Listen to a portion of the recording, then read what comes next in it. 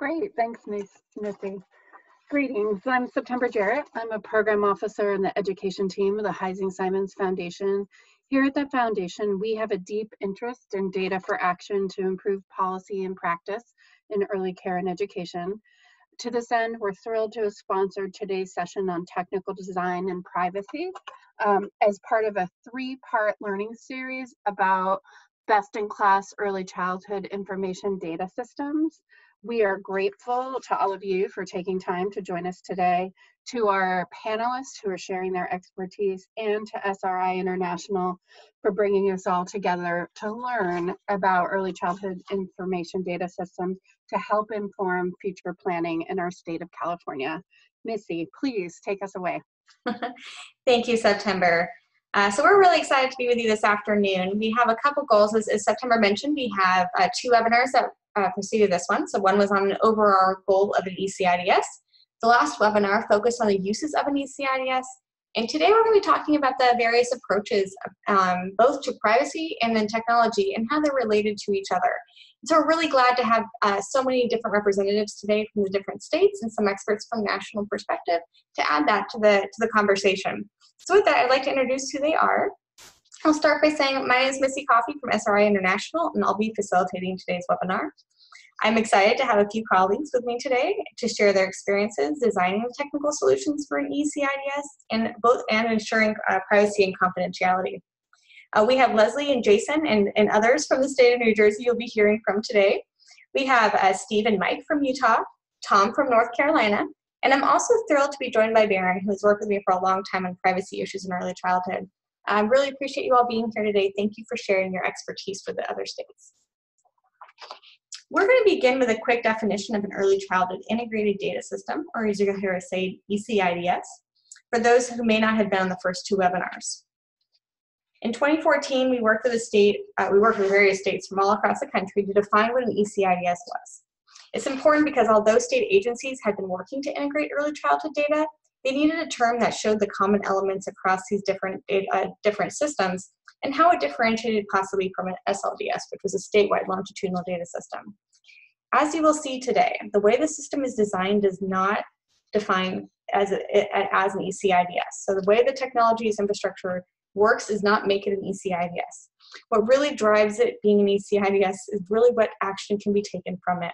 And that's really what we're going to be focusing on, what should be driving the technical considerations anyway. So a couple common characteristics that make up the definition that were common across all the different ECIDS, regardless of what their technical design structure was, as you can see from the slide here, was that it collects, integrates, maintains, stores, reports information from early childhood programs, and some of the key programs are captured in this graphic. It also is always across multiple agencies. So because of the nature of early childhood in any given state, there's still no state that has all of the early childhood programs captured within any one agency. So people who are working with children from birth to age 8 really do still cross multiple agencies and need to work together to create the system. And you can see different levels of data. So we're collecting data from child, family, program, classroom, workforce. All of that's needed for a comprehensive picture of what's happening in early childhood. If you are interested in learning more, please check out the first two webinars, and we will make sure we put the links in the chat boxes today. So given that definition, right now only 8 states have an ECIDS. A few more are working to launch and hope to go live by the end of 2019. That being said, the goal of any state should still not be to simply have the ECIDS, but to use the information to inform program policy decisions. We really are going to understate this today as we continue to kind of move forward, but we really believe that you should use, the uses of the system should be driving the way that technology is designed to be created to make sure that it's informing the intended audiences. Again, having the system is not going to necessarily change unless it's actually used. So with that, let's talk a little bit about technology, because we still understand that while it may not be the end goal, that it is still a really important part of it being an important part of the conversation to make it go operational. So Jenna, on the next slide, we're going to introduce the 3 ECIDS models. Right now, there are still only 2 that are currently used, and we'll share more about why that's important as we kind of move forward. But the 3 models that we're going to learn about today are centralized, federated, and a hybrid model. Today, we want you to be able to take a look at this and see how it might relate to the conversations you're having in your state. So on the next slide, we're going to start with kind of the overall description of a centralized.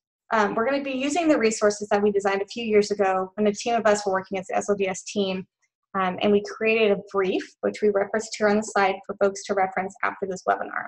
We're going to leverage this federal resource today to introduce these topics. So the first is that, and this is also the most commonly used, is a centralized model. It takes the agreed upon elements from each program's data system and consolidates them into a database or warehouse.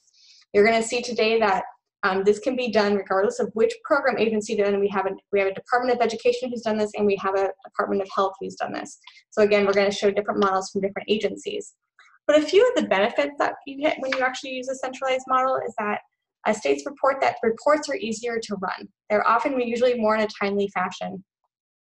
There's often a less of an impact or a reduced impact on your staff workload because things that are kind of more streamlined throughout the process. And you're also going to get more consistent data because the conversations around continuity of the data and the standards have to be done before you integrate into a standard model. Unfortunately, the weaknesses on the other side of that is that there is rather extensive support and expense that goes with a centralized system and warehouse.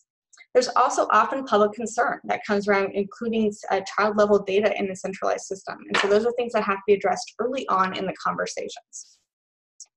So we move to the next model. The federated model has yet to really work for any states as a scale ECIDS.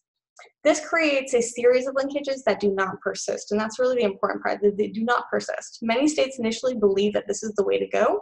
They believe that it avoids the privacy issues, but as Baron will explain as we kind of get into the conversation today, that's not always the solution, nor does it ensure that data are private, secure, nor confidential.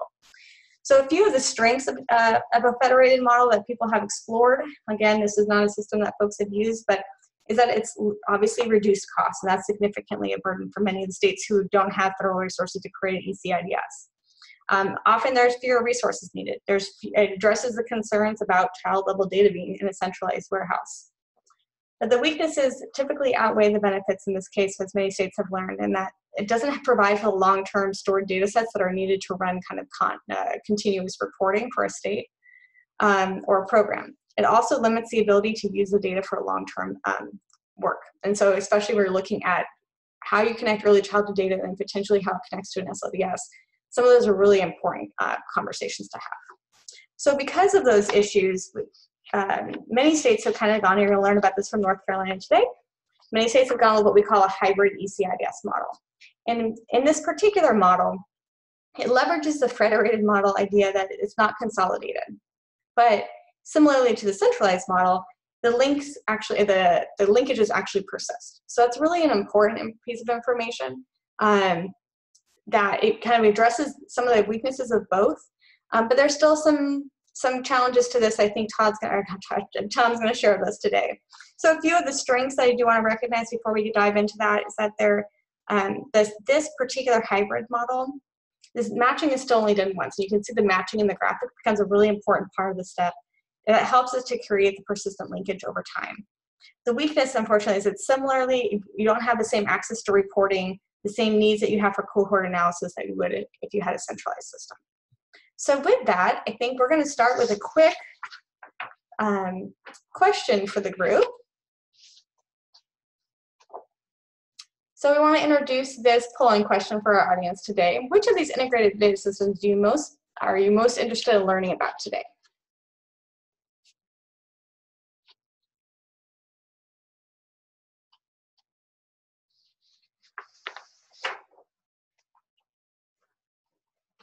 All right, a couple of people are still voting.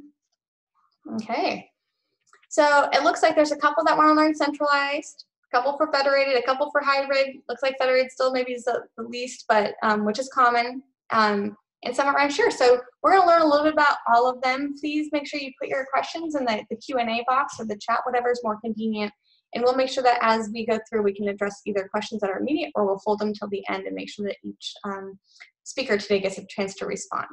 So with that, I'm going to pass it over to Baron, who's going to do a quick introduction of some of the work that we've designed, or that he's been doing around privacy approaches for early childhood. Thanks, Missy. And I appreciate you bringing up the different models, because one of the things that you always have to consider as we look at the different regulations that may apply to an ECIDS is simply that a lot of work needs to go into understanding what data you're going to put into an ECIDS, what the outputs will be, and then where the data will be housed, which is really what Missy was talking about with the different models.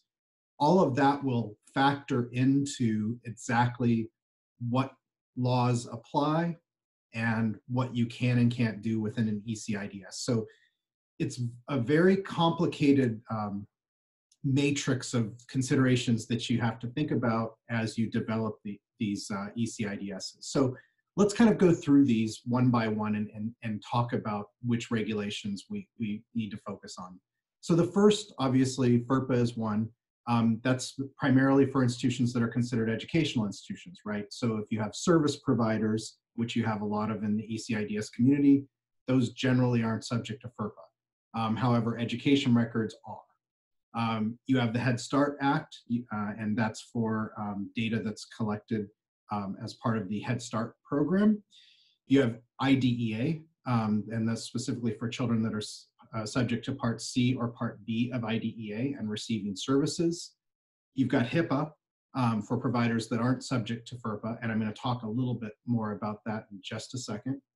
And then you also have state and local regulations, which may apply. Next slide, please. So HIPAA does have a clause within it that defers to FERPA. So if a school or an educational institution is collecting and maintaining records, and that could include immunization records or other health information, it is subject to FERPA rather than HIPAA. However, that being said, it is important to understand that there are other HIPAA security requirements that do apply. So the privacy side of the HIPAA law doesn't apply, but then the security side still would. However, if you use what we call FERPA's reasonable methods, which are what industry would use to protect information, like passwords and encrypting and transit and things like that, you will most likely be fine as well. Next slide. So where it gets complicated, and this is where I talked about kind of mapping out what your system's going to be, what your outputs are going to be, what data elements you're going to put into the ECIDS. You have to figure out what laws are applying, and so which are the prevailing laws? Well, that depends on what data you're collecting and where it's being housed. And you can see here that if a program is an educational agency or institution and it receives funds from the U.S. Department of Education, it's going to be primarily subject to FERPA. However, and that goes for the Head Start data too. So Head Start data, health data, so HIPAA data, all of that will defer to FERPA if it's part of an education record. Then you have that additional element of IDEA data, which adds additional protections and provisions to protecting the data too. And you can see here that, that you have to consider the IDEA Part B and Part C to protect PII of those children whose data you're collecting. Next slide. What I really want to focus on today, though, and where I've worked with many ECIDSs around the country over the last 7-8 years, is the most important thing you can do is establish your information governance. It's critical to really help you resolve privacy protections, legal obligations, data usage, data sharing agreements. Without information governance, it's very difficult to get these data sharing agreements and arrangements in place to create an ECIDS. The other thing that I've seen with successful ECIDSs is where they articulate very clearly what the ECIDS is going to be used for, and then also maybe articulate what it's not going to do. I think because a lot of times you may have agencies that are concerned about the way the data is going to be used. Maybe you clearly articulate that as part of your information governance. We're not going to do X, Y, and Z because that's just going to make things legally or politically very difficult for us. And then just maintaining the scope of data collected to really ease the negotiation of data sharing agreements and data usage. So don't try to do everything you can with an ECIDS all at once. You may want to consider limiting your scope going at the very beginning to really be able to get it going and kick it off. Next slide. So this is another poll question. We would like to know, how difficult do you expect it to be to address privacy and confidentiality in an ECIDS? Very difficult, difficult, moderate, easy, or very easy?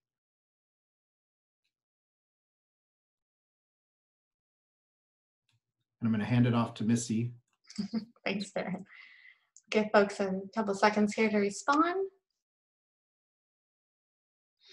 We know this is often one of the challenges that states think about early on. So thanks, Baron, for sharing some of the high-level kind of considerations.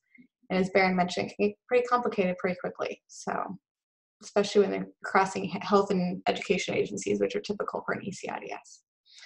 All right, so it looks like most people find it can be difficult. There's some that say it's be very difficult and some that are moderate. Nobody says it's easy or very easy, so that's about right. We're going to hear from the states who've actually done this. So I'd love to hear that as kind of we walk through state examples today. If those who are presenting here can actually share a little bit about their experience and how you've gone about addressing the privacy and confidentiality issues as you introduce your technology infrastructure. So with that, thank you all for sharing. We do have 3 states today, so we're going to start by having each of them present a little bit of the context around their particular infrastructure. Many of these states have presented on earlier slides with our earlier webinars with us and have shared larger context, but they're going to kind of do a quick context and dive into the technology, and then we're going to have a group discussion. So we're going to start with New Jersey. Hi, good morning. This is Leslie. So this rainbow that you see looks very familiar. We leveraged it from Missy's Rainbow based on a conference we went to in 2015 because it really seemed to be the best way to depict what New Jersey wanted to do with their ECIDS. And so we have the same types of data that we're saying that we're capturing in the rainbow colors, but we are presenting in the blue boxes the different programs from the different agencies and the different systems. This is a cross-agency collaboration, and we have the Department of Health, the Department of Education, which we are representing, and Education is the lead agency on the project, Department of Children and Families Services, and then Department of Human Services. So together we are collecting the data, and then New Jersey has the Office of Information Technology, and that is the office that is actually building our ECIDS for us. Which has been great to have it right here on site. So what we did with phase 1, we went live the end of November, and it was a monumental achievement. We're very happy to do that with 3 systems. The 15 systems that are listed here were determined early on at the beginning of this project. The decisions were made. What do we want to try to answer? They came up with the questions, the objectives they wanted to answer, and then they spent time trying to figure out all the systems around the 4 agencies make the most sense. So they came up with a scope before any building even happened. And then I'm the project manager, and when I came on board, we started having requirement sessions with each of the agencies and their systems, talk about their systems to understand what are we building. So we went live with student data from DOE, the NJ Smart and CDS data, and then child care subsidy data. So through the phase 1, we have reports that come out of our business intelligence tool, and we have actually, as we have jumped into developing phase 2, we are meeting with our users, the interdepartment planning group, which are representatives from the 4 agencies, to look at the reports from phase 1. Even though it's limited data, they're getting excited because they're seeing that we can understand in groups of children what different programs they're participating in. And so it's exciting to be at this stage of the game. In phase 2, we are adding birth record from health, and then we're adding 2 home visiting systems. So it is a long-term project, which in the beginning took a very long time to get all the stakeholders to understand that.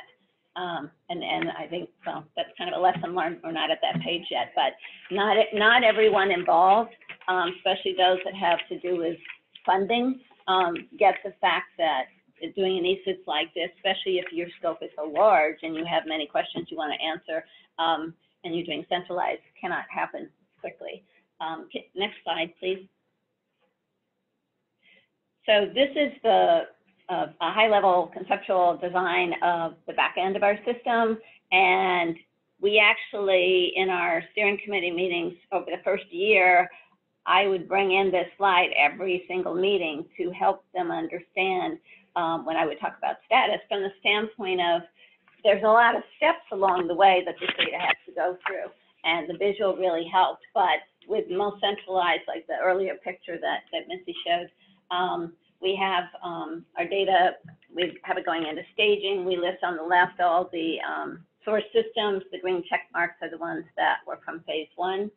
And for those that don't know, ETL, the extract, transform, load process to get the data to move into the staging. And then the data warehouse section in the center, we have our persistent staging, which is where we stack the data and we back it up. And the 3NF, which is the third normal form and another way of storage, this is where all the business rules that go into the data that we are capturing, that we're actually going to use in our reports, need to be put into place. So then the data that are going to be used in NJ-EASL for reports gets moved to the integrated piece. And that's where we're integrating the master data, all about the child, the different programs they participate in. In the future, we will have the workforce data in there as well.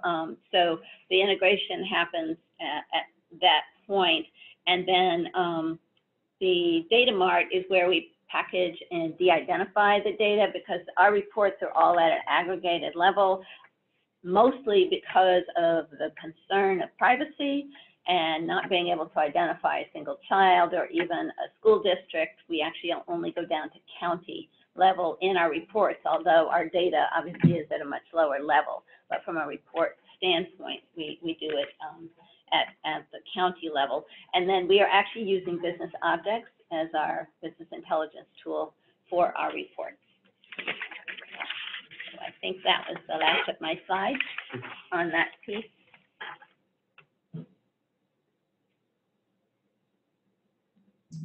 All right, thanks, Leslie. We're going to turn it over now to Utah to hear a little bit. Again, they're a centralized model, but they're now within a Department of Health.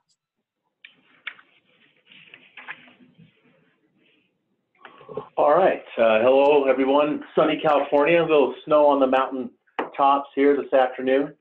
Thank you for your time as we approach Friday, approach the lunch hour here.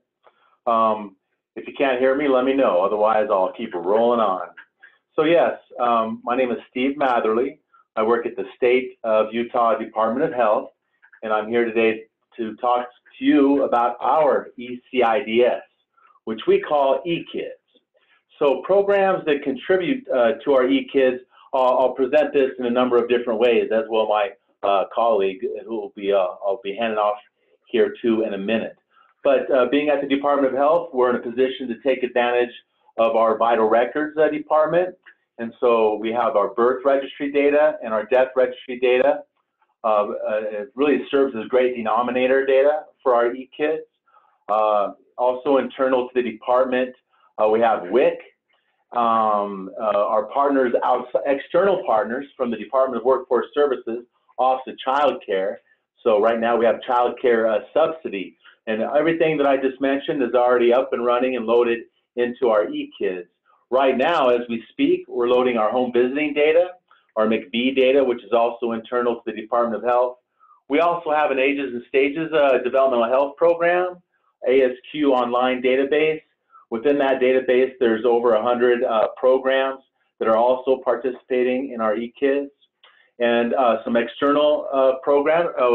Utah has 12 Head Start grantees, and we hope to have all of them on board here over the next year. As well, we're working with Help Me Grow Utah to integrate their referral data. And another program internal to the Department of Health is our Early Intervention IDEA Part C. I'd like to start off by letting people know here that our ECIDS, we are not a race to the top state. You know, it's taken us a while to get where we're at. And additionally, we don't have a Office of Early Learning where we have Head Start and child care, Part B, Part C, etc., under one roof. And I mention that because, you know, I think if we can put together this ECIDS, it should be very encouraging to other states that perhaps had raised the top funding or the PDG grants, and maybe they have an Office of Early Learning. But either way, whether you do or don't, it can be accomplished. Okay, next slide, please. This is just a screenshot from our landing page.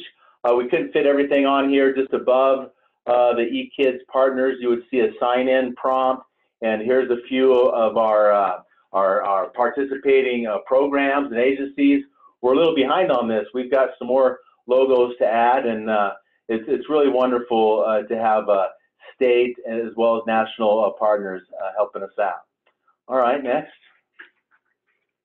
If you were you know, logging into our ECIDS website, then you would be able to choose the ECIDS report tab, and here you would be able to click and link into these reports. Our ECIDS is all about you know, the quantitative data. We're doing our best to get at a distinct count of children that are being served outside of the Utah State Board of Education. I'll explain that more in another diagram. But a distinct count of children being served by one or more programs that I just mentioned, enrollment summary counts, crossover counts, and even the sequence or the order of services. Okay, next. And here's just a different visualization of what I just explained. Here in the middle, that's the Utah Department of Health, where we have our ECIDS. We utilize our vital records. We're building another data product called the Community Assessment Tool, or the CAT.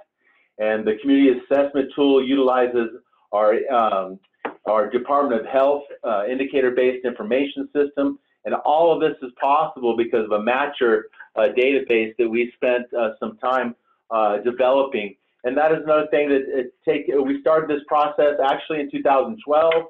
And one of the things that has taken us, you know, quite a bit of time to get to production and full launch was our matcher system.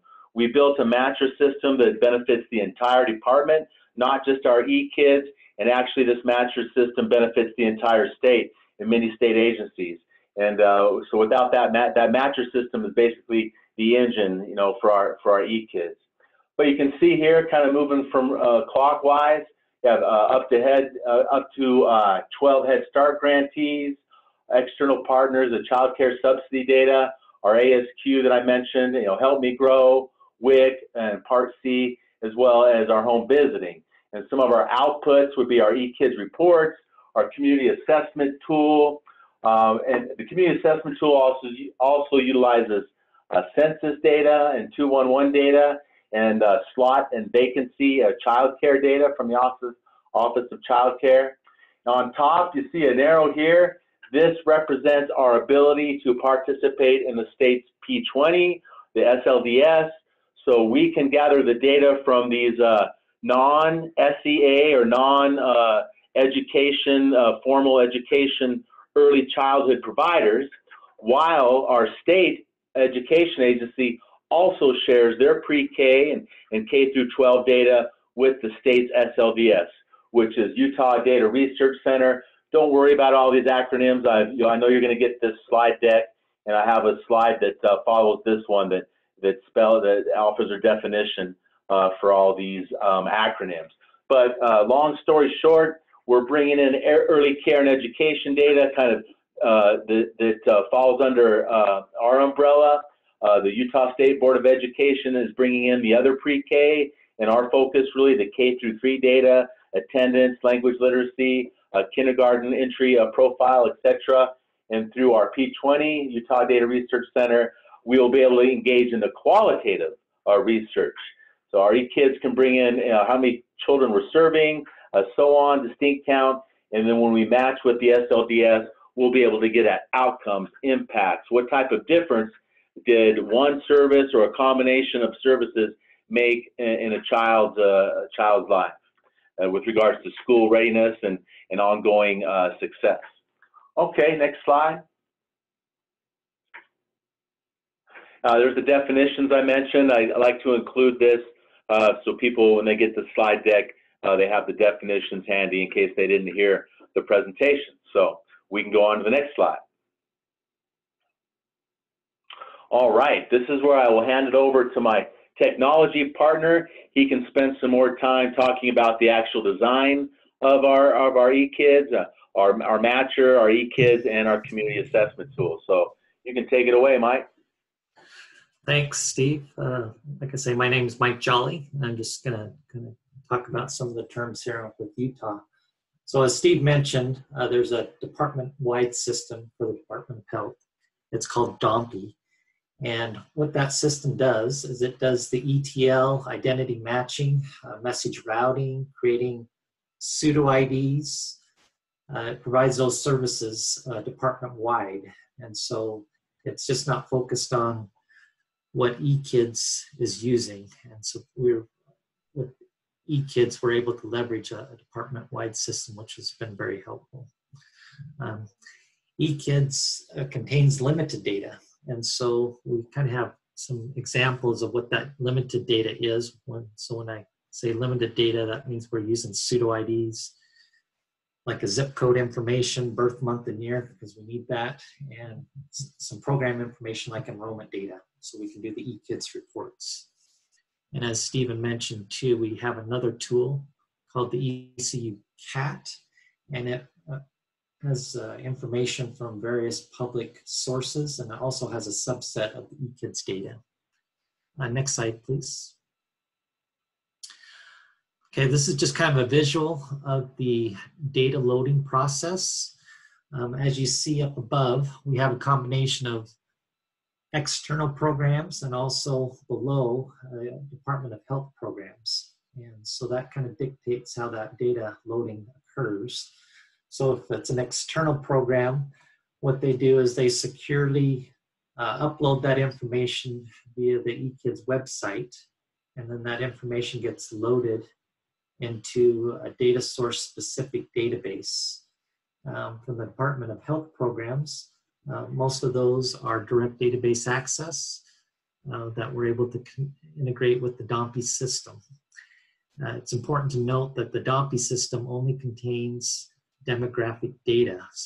So as I mentioned earlier, it's a department-wide system, and so it only contains the information that we use for matching. The next step here is the automated data loading to the ECIDS data warehouse. So this contains that limited data that we spoke about. Okay, let's go to the next slide. Okay, and this is the high-level information flow for the data loading for the CAT. And so there's various sources here. A lot of them are public available information, but it's really nice. One of the big things that we heard from our stakeholders is it'd be nice to have all this data in one place instead of going to several different websites and looking at data that's pretty old. We're able to provide information that's a little more real-time to them. And the CAT contains annual data. And so this contains public child and provider data along with a subset of ECIDS data. Okay, next slide, please. So this slide just communicates the high-level data access. So the programs, participating programs, log on to our ECIDS website. And from there, they can access the ECIDS reports. It does require user authentication for the ECIDS reports at this time. The CAT data warehouse does not require username, user authentication, so it's publicly available to people who are interested. Okay, next slide, please. Okay, this is where we lose some people. This one's a little busy, but just trying to show a little bit about what's under the hood here as far as the dynamics here with the implementation that we have here with ECIDS in Utah. There's some subtle differences on this centralized approach that I just kind of talk about briefly. But as you see here, we have a combination of data sources where we get extracts of data, where you see that hosted database. So the data sources are another name for programs. And we have direct database access to many of these programs also. And so within DOMPI, because of the security concerns and having HIPAA and FERPA data, their data is stored separately in DOMPI, but we do use the matching process to match across all programs so we can uniquely identify the individuals, as Steve mentioned, able to get down to the distinct count. From there,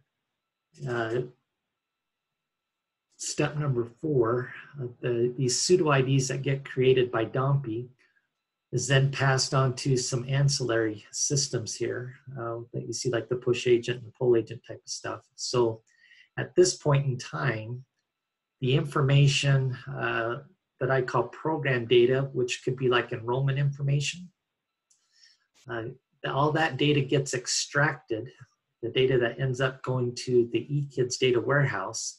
That data gets pulled through the pull agent directly from the data source. So none of that data is stored in DOMPI, and this is all an automated process, so it's really nice in that manner. So anyways, that's kind of those people who would like to look under the hood, you can absorb this a little bit here. Okay, next slide. Looks like I'm finished. Thank you. Thanks, Mike and Steve. That's a great overview. I know that you can see the differences a little bit, and the different approach that Utah has had to use as they think about having an external system just for the matching IDs. So I think that's really an important part, and thank you for sharing that, because I do think that will come back as we talk about questions about creating new IDs. So thank you. All right, I'm going to hand it over to Tom, who's going to share a little bit of his information from the North Carolina, and this is an example of one of the hybrid models. Thank you, Missy. My name's Tom France. I've been working on this system for about 6 years now, so definitely been working on it for a while. The programs that are currently contributing data to ECIDS are the Subsidized Child Care Assistance Program, NC Pre-K, Early Intervention IDA Part C, Child Protective Services, Food and Nutrition Services, TANF, IDA Part B 619, and Head Start, Early Head Start. Next slide, please. And here's a very high-level technical model of essentially what we wanted to do. The Early Childhood Advisory Council, once the Race to the Top Early Learning Challenge grant was awarded back in 2012, approached North Carolina DIT, which is where I work, and said, hey, we want to build an integrated data system for early childhood data. Do you have any ideas?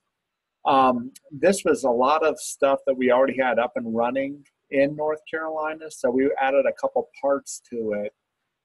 Originally, the plan was to be 100% federated, and as Missy pointed out earlier, that does not go well. So we switched over to the hybrid federated model.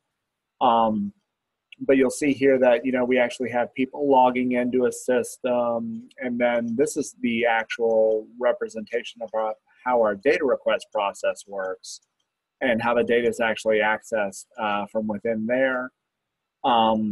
Next slide. Oh, gosh. So I'll talk a little bit more about it.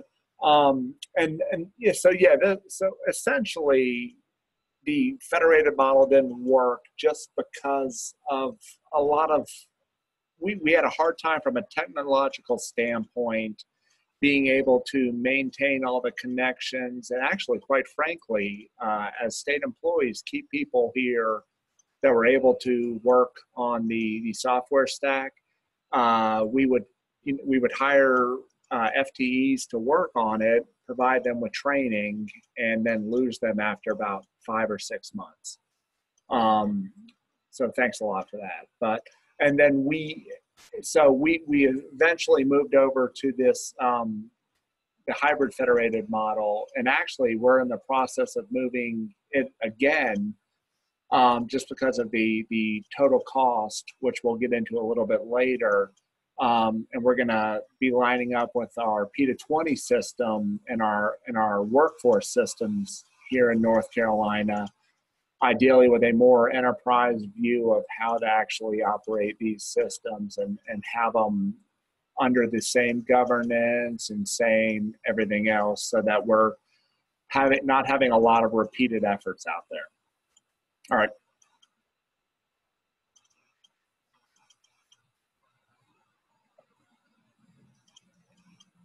You want me to go first? Yeah, I think it would be good to kind of describe a little bit about that. What we wanted to discuss here from each of the states' perspective is why. So we've now introduced the idea of what models you've used, but there are obviously rationale for why you went with one model versus another. So I think that would be great if you could share a little bit about why North Carolina went with hybrid. Yeah, so the ECIDS as it is now has several canned reports, the ability to go out there and query the canned reports, and then an actual data request process where you go out there, you select a cohort, and it's fully reviewed, and then you actually get child level data back. For the data request process, it is still federated. And that way we weren't making massive copies of data and bringing them over. And there have been challenges with that, but we use the IBM Federation server, which is part of the IBM WebSphere platform, and it's been very, very good for us.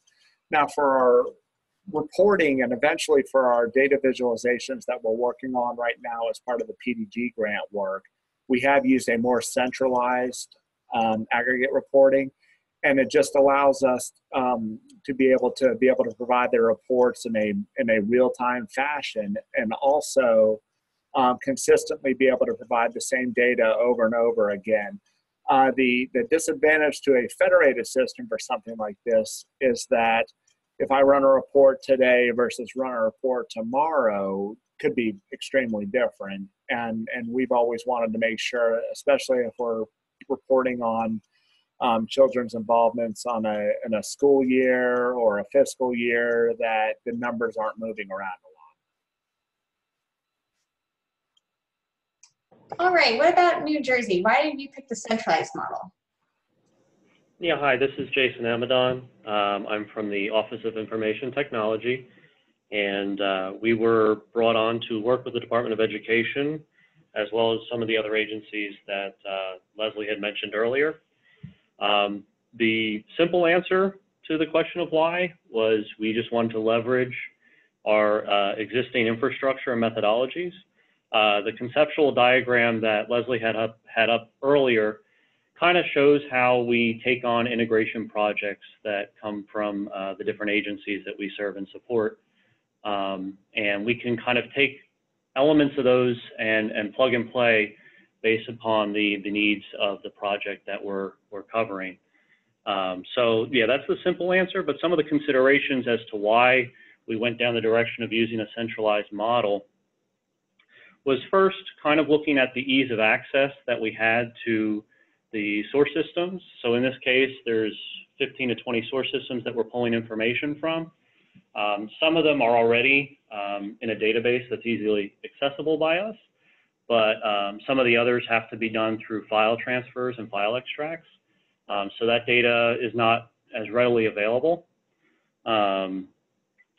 Understanding that there are some extra storage costs for the data that we're bringing in and storing persistently and long-term, as long as we're within compliance with the data agreements that were signed.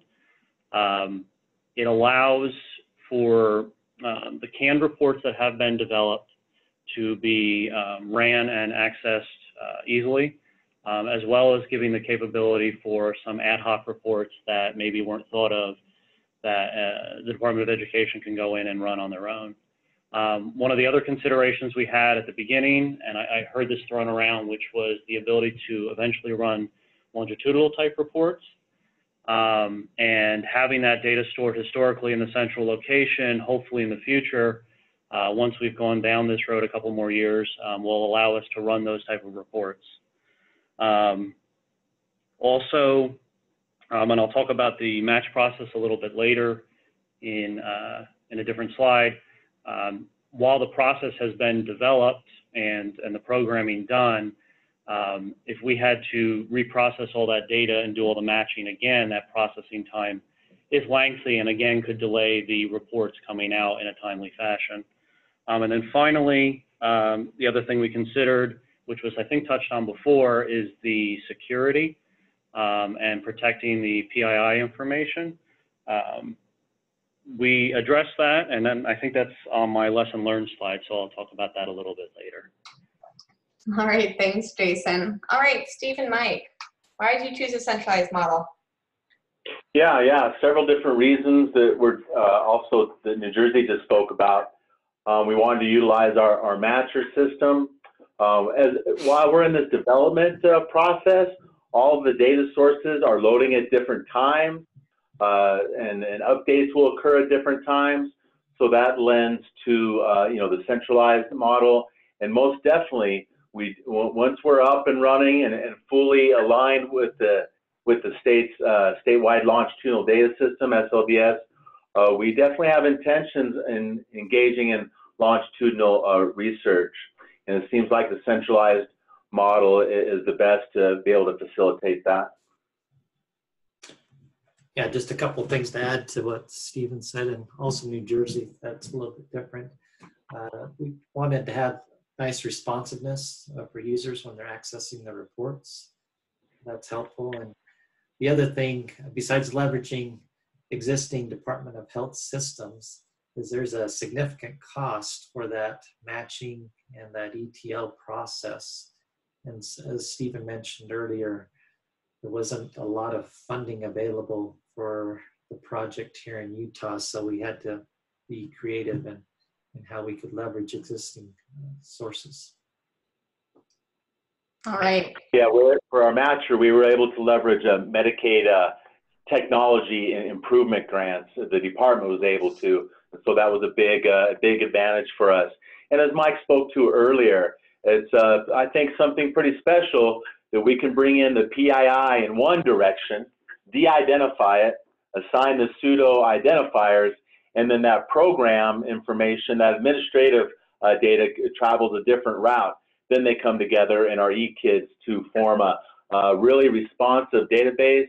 Those reports are access protected because they go down to a zip code level, and with it, they have dynamic time frames.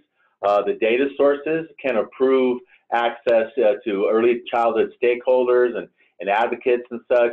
And as we mentioned earlier, our community assessment tool will then have a subset of our ECIDS data that's county-wide or statewide or via a local health district or region. So we feel like we're kind of hit a spot where we can get the best of both worlds here, making some ECIDS data publicly available, as well as protecting the data when we get down to really small counts. But that said, even our ECIDS standard reports that the data sources have access to, they form a data policy committee, and we can approve others. But even then, we still employ small cell size suppression.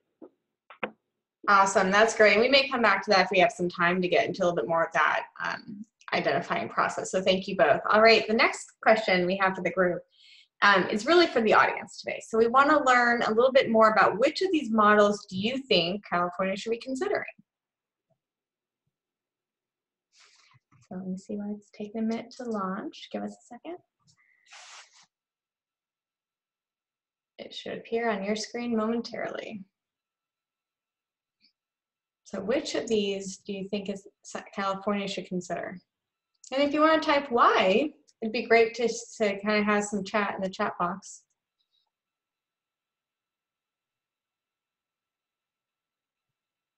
All right, so we're seeing a lot of centralized and hybrid, okay. More so on the hybrid still.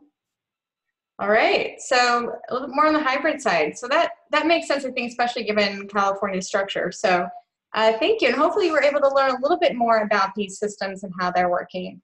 But it's exciting to kind of see how that works, since we're getting a little bit more for hybrid as we're talking. So, all right. And obviously these are oversimplified at some level, but it does give a way for us to kind of share, be able to talk about the different models. And even with the two centralized models, you can see how there's some unique differences there. So on the next slide, we're going to share a little bit of some of the lessons learned. And I think this is what we always want to make sure we wrap up this series with is these states have gone through, as you can hear, many years of creating these systems. This isn't a short-term process. I think actually all 3 states have highlighted that. And where do you begin these conversations? And I'll say that from our experience working with, more than 40 states on this process, we know that technology and the infrastructure is typically where people want to start. But as you've heard from all of these states, so much of it was dependent upon what you were trying to do and which programs were coming in and what access they had. So these early states, I think, have a lot of really good lessons learned. So we want to make sure we do that. So I'm actually going to start with Utah. So Steve and Mike, maybe you can start us off. Yeah, go ahead, Mike. Yeah, so some of these points we've kind of talked about a little bit before is the infrastructure for the matching, the ETL process, and the resources that requires is a significant part of the whole project. And so being able to leverage those existing infrastructures and resources has helped reduce cost. The other thing is consider a phased approach of integration so you can get some early results. Try not to get all the programs implemented at the same time, but just get some quick wins so you can see some results. And then the other part is kind of a key part of our longitudinal studies desired. And if so, the centralized model seems to be the best fit for that. All right. Tom, why don't you go next?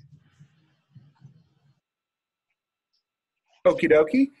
Yeah, as I said earlier, we had a wonderful plan for being able to run this IBM-centric platform ourselves and just had a hard time keeping people. So the first bullet point I had was estimate the total cost of ownership for this application that you're building for 5 years out, and make sure that you're going to be able to actually be able to staff it and maintain it and everything else.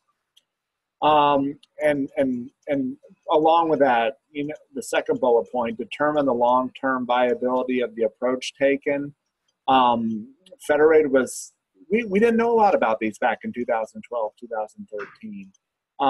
Definitely, and y'all are doing the right things now. You're talking to states that have been there and done that. But you know more about what the climate is in your state for these sort of development efforts, and you know what the potential roadblocks are. So if you see any sort of red flags for federated, hybrid, centralized, definitely weigh your pros and cons, and look at what's going to actually give you the best chance of continuing your progress and not having to throw it away or start over again. And this last point has less to do with the North Carolina ECIDS, but more to do with the P20 system that was built here in North Carolina. The vendor that was engaged by the Department of Public Instruction here really didn't build it to the requirements that they wanted. They sort of took the requirements, ran with them, and did their own thing, and I'd say the DPI is not currently happy with their P20 system. So just make sure that whatever application and system you get built is what you want built with the data that you want and everything else. Awesome. Thanks, Tom. All right. No problem. The New Jersey team. This is Jason again. So the 2 bullet points are not necessarily, I guess, design-related decisions, maybe the second one. But these were some of the lessons learned that came out of our first phase project, and we thought they were important to communicate. Whenever the Office of Information Technology engages with a different agency to do a project, we always recommend, in this case, to the Department of Education, to bring on a dedicated project manager as well as a business analyst to represent the business needs and to kind of help determine the questions that they're trying to answer and help the agency kind of hone in on that. And then that can kind of lead into, again, your reporting needs and then maybe affecting the design. But one of the things that we struggled with was while the needs of the agencies were being represented, Internally, we probably ourselves at OIT, the Office of Information Technology, needed a business analyst of our own, sort of helping to take the business requirements and truly define them in a functional way so that the development teams and the technical teams could understand it. And then once we got back to the reporting, that technical BA could work with the business BA to answer those questions that needed to be answered. And then with the match process, we use the tools provided by IBM. It's a suite of tools, Data Stage being our primary ETL tool, and Quality Stage being our tool that's used for data quality. You know, it allows for standardization, address certification, but the feature that we used for this project is the probabilistic matching. And we had used it in prior efforts, but I think this is probably the most we've used that functionality with this project, and we continue to use it for this project as we go into the different phases. And while we estimated time for that development effort, we realized while we were in there, we needed a lot more time because of the complexities of, you know, source system A has, you know, 5 columns that has, you know, are in common with source system B. And then when we bring in source system C, it has, you know, 5 different columns that are, you know, in concert with source system A. And so kind of trying to determine which columns are valuable enough for the match, and working with the business to help determine that and profiling the data, but then also coming up with the weights needed to help build the confidence levels where we know we're confident we have a match when we're trying to bring all the children together into our master child table.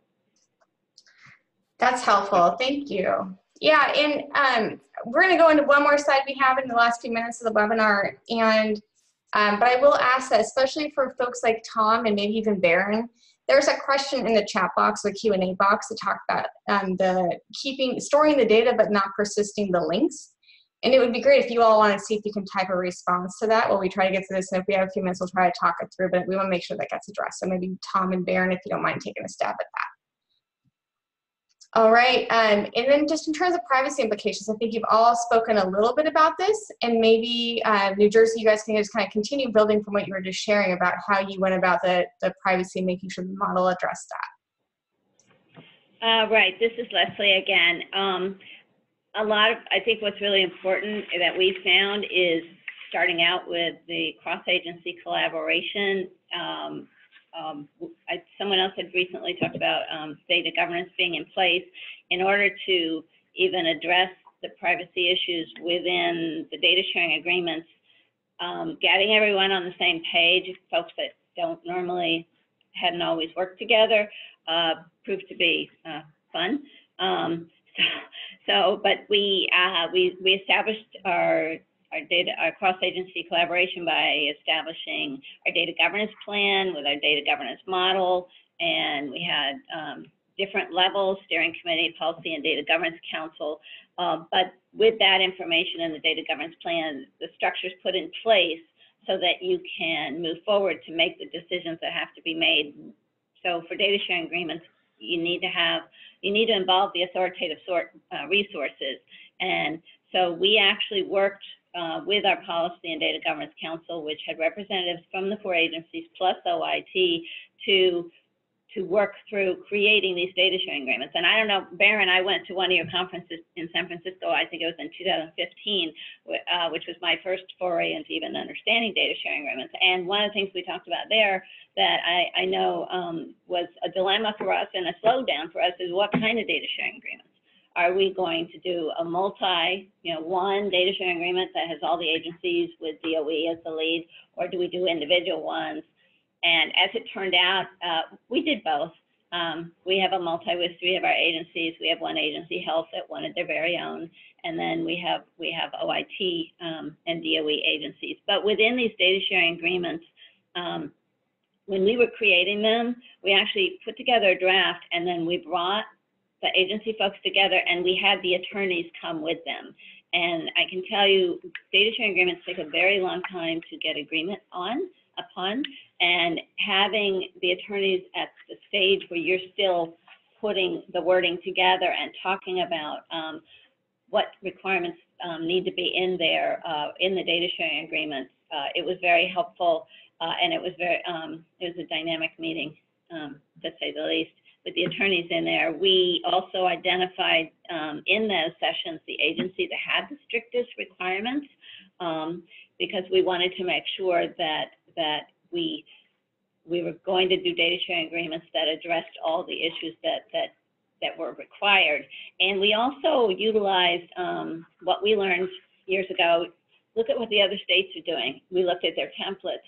We looked at other states' ECIDS, data sharing agreements. We also looked at those within just other agreements within our state.